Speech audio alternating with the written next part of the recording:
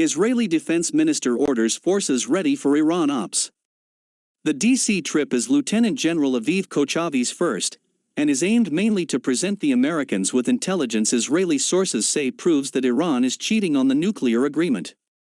The election of Iran's new hardline president, coupled with Washington's eagerness to sign a new nuclear deal, have led Israel's Chief of Staff Lieutenant General Aviv Kochavi to order some units to accelerate preparations for an armed conflict with Iran, sources in the defense minister's office say. One of the factors that appears to be behind these moves is that after President Ibrahim Raisi takes office on August 3, he will form a new national security board expected to fully obey his orders, Uzi Rubi, a senior expert here on Iran, told BD.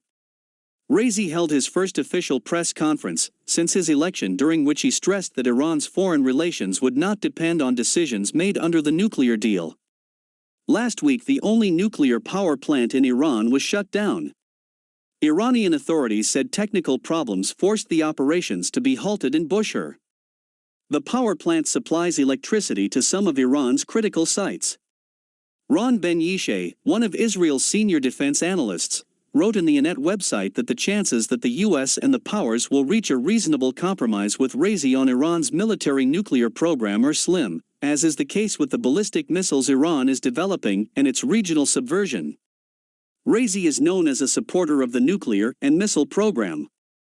In a last-minute attempt to persuade Washington not to go back to the nuclear agreement with Iran, Israel's Chief of General Staff Lieutenant General Aviv Kochavi met today with General Mark Milley, chairman of the Joint Chiefs of Staff, at the beginning of his 4-day visit to Washington. The D.C. trip is Kochavi's first, and is aimed mainly to present the Americans with intelligence Israeli sources say proves that Iran is cheating on the nuclear agreement.